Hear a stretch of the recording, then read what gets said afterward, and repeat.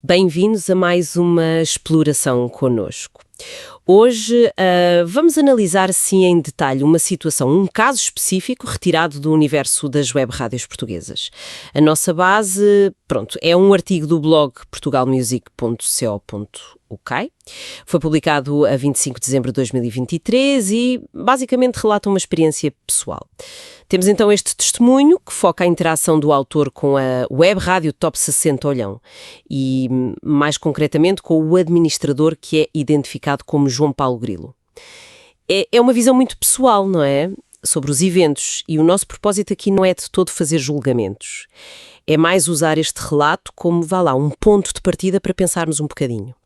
Queremos tentar perceber como é que funcionam às vezes estas comunidades online mais de nicho, que conflitos podem surgir e até certas coisas que parecem não bater certo, as tais contradições que podem emergir. Vamos focar-nos nos aspectos humanos, nas interações que são descritas ali, nas tensões. Ok, vamos lá. Vamos desembrulhar isto. Então, o ponto de partida da história que o autor conta é um período em que ele colaborava com a Top 60 Olhão. Fazia locuções, essas coisas, aparentemente uma fase inicial, tranquila. Mas depois... Acontece qualquer coisa. Um ponto de viragem. Segundo o que está lá escrito no blog, o administrador, o tal João Paulo Grilo, terá descoberto que o autor tinha uma página online. Pessoal. O artigo descreve-a como sendo muito simples mesmo. Só com um leitor de música. Mas, pelos vistos, a interpretação do administrador foi outra. Ou seja, ele terá pensado que era uma rádio a sério, uma concorrente. Exatamente, que era uma rádio concorrente, pelo menos é o que o artigo dá a entender. E a partir daí a situação parece ter escalado muito depressa. O artigo depois detalha acusações que terão sido feitas pelo administrador.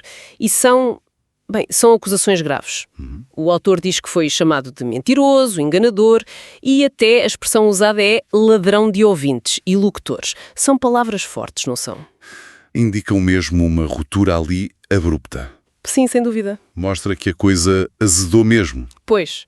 E a consequência imediata que está descrita na fonte foi, o convite para o autor sair. Sair da rádio, sair do chat online associado e não só. O autor afirma também que foi bloqueado no WhatsApp, no Facebook, pelo administrador. Uma exclusão completa, portanto. Cortou relações por todo o lado, basicamente. Foi o que parece ter acontecido, segundo o relato.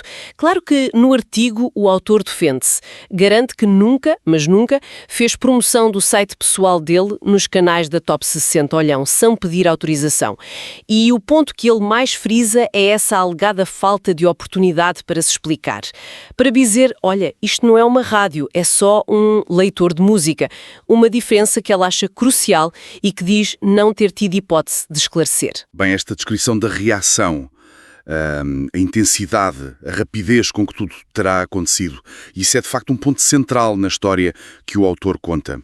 Se as coisas foram mesmo assim como ele descreve, essa resposta tão forte, não é? Tão imediata do administrador, pode ser lida de várias maneiras neste contexto das comunidades online de nicho. Por um lado, pode indicar, lá está, uma sensibilidade muito grande à ideia de concorrência. Mesmo que essa concorrência seja só uma percepção ou uma interpretação de algo pequeno, como uma página com um leitor. Pode também refletir, se calhar, uma espécie de defesa, quase territorial, não é? Do espaço digital que ele criou. A rádio como um projeto muito pessoal que tem de ser protegido a qualquer custo de ameaças, reais ou imaginadas. Sim, essa ideia da defesa territorial é interessante. Mas o artigo foca muito na questão da comunicação, ou da falta dela. O autor queixa-se de não ter tido espaço para clarificar. Achas que esta falha de comunicação é comum nestes meios? Ou este caso, como está descrito, parece mais extremo?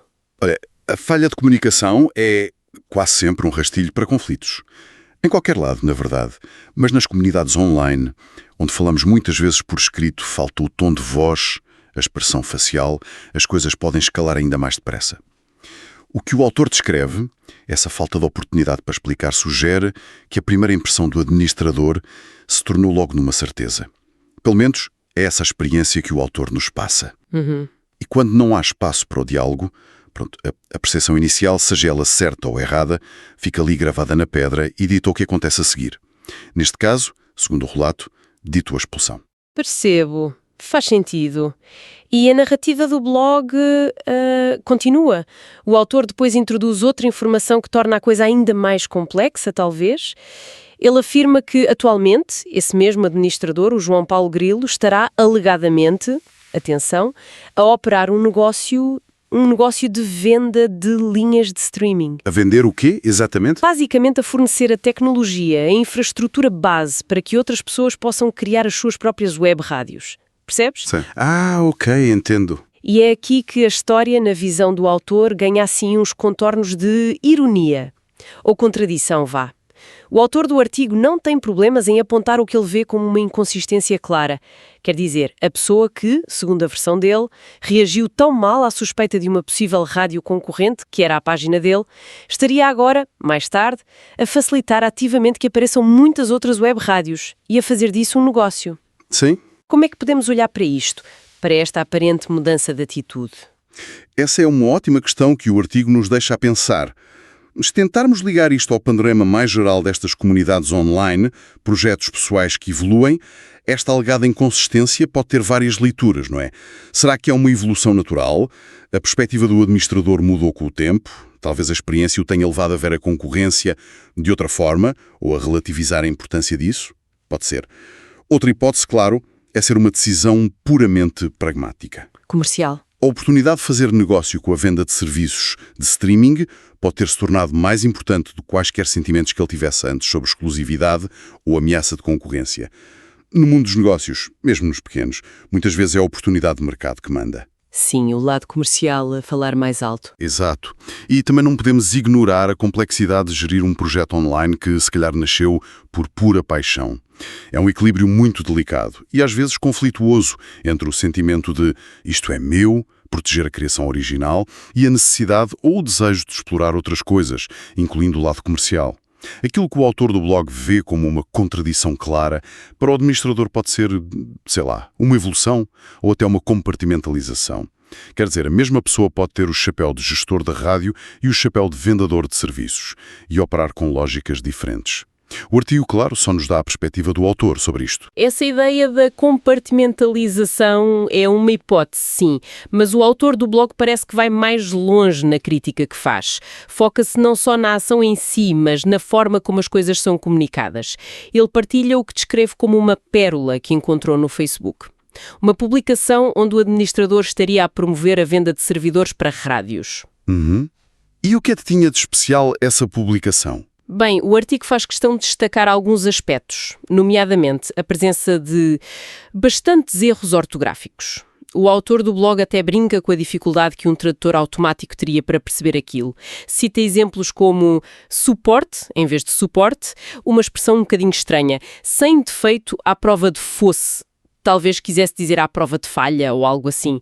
E qualidade em vez de qualidade. Ok. Ou seja, para além do conteúdo da oferta, o autor critica a forma como está escrito. E a publicação, ainda segundo o artigo, mencionava preços. Preços bastante baixos para estes servidores, tipo a partir de 2,5€, 3€ por mês. Isto talvez nos diga algo sobre o público-alvo, não é? Provavelmente outros entusiastas, projetos mais pequenos. Pois, esse ponto sobre a comunicação na publicação do Facebook levanta uma questão importante sobre a imagem que se projeta, versus a natureza, por vezes, muito informal destes projetos. O autor do blog usa esses erros ortográficos e a linguagem que ele descreve para reforçar a crítica dele. A questão que podemos colocar é, num negócio, mesmo que seja pequeno ou um part-time que envolve tecnologia, serviços, qual é o impacto de uma comunicação que pode ser vista como descuidada? Ou pouco profissional. Exato. Qual é a imagem que passa? O contraste que o autor parece querer mostrar é entre, por um lado, oferecer um serviço técnico, servidores, streaming, e por outro, uma apresentação que aos olhos dele não tem rigor. E isto liga-se diretamente à crítica mais geral que ele faz no fim do artigo. Ele contrapõe o que ele percebe como uma atitude de arrogância àquilo que ele acha que era preciso. Mais humildade, respeito pelos outros e um certo grau de profissionalismo mesmo nas interações dentro de uma comunidade de hobbyistas. Essa crítica à arrogância parece ser mesmo o fio condutor das reflexões finais do autor. Ele faz um apelo quase a uma mudança de atitude geral dentro da comunidade das web rádios, pede mais humildade, mais abertura para aceitar que há diferenças e que se mantenha a perspectiva, que estes projetos são, na maioria, espaços para as pessoas se divertirem, partilharem música, conviverem. Ele parece querer tirar o drama todo, sugerindo que isto não é um grande negócio impiedoso onde vale tudo. Quero baixar um bocado a tensão, digamos assim. Deixar de ser arrogantes.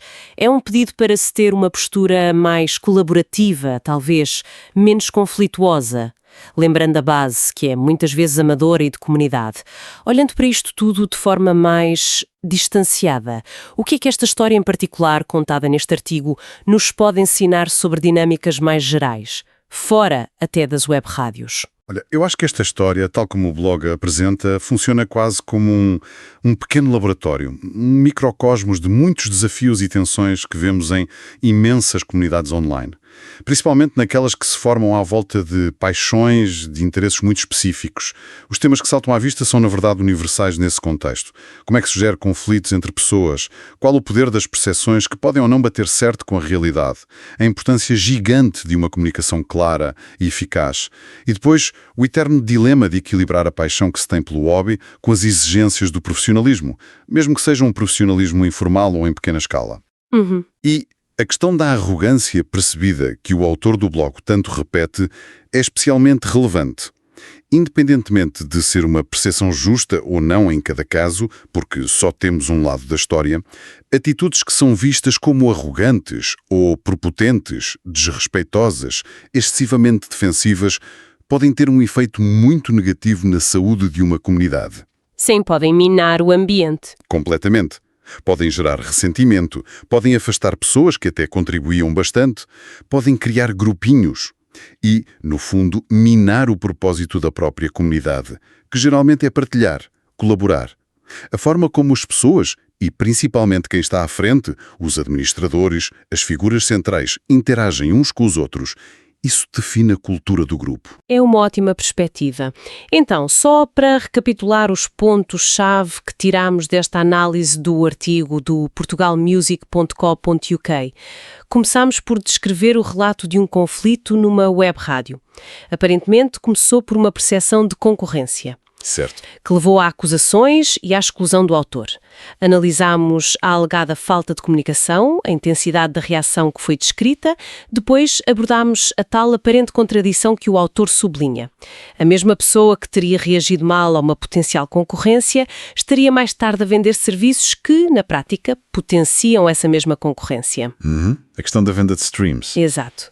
Discutimos também o estilo de comunicação observado numa publicação comercial, com os erros que o autor apontou e a imagem que isso projeta, e terminámos com o apelo do autor do blog por uma mudança de cultura na comunidade, mais focada na humildade e no respeito. Exatamente. Cobrimos os pontos narrativos principais e as questões que o artigo levanta. E talvez, para terminar, podemos deixar aqui uma reflexão que parte deste caso, mas que se aplica de forma mais geral.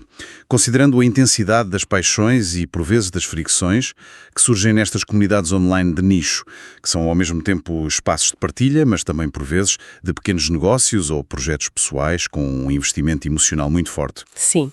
Como é que os fundadores, os administradores, conseguem encontrar o equilíbrio certo?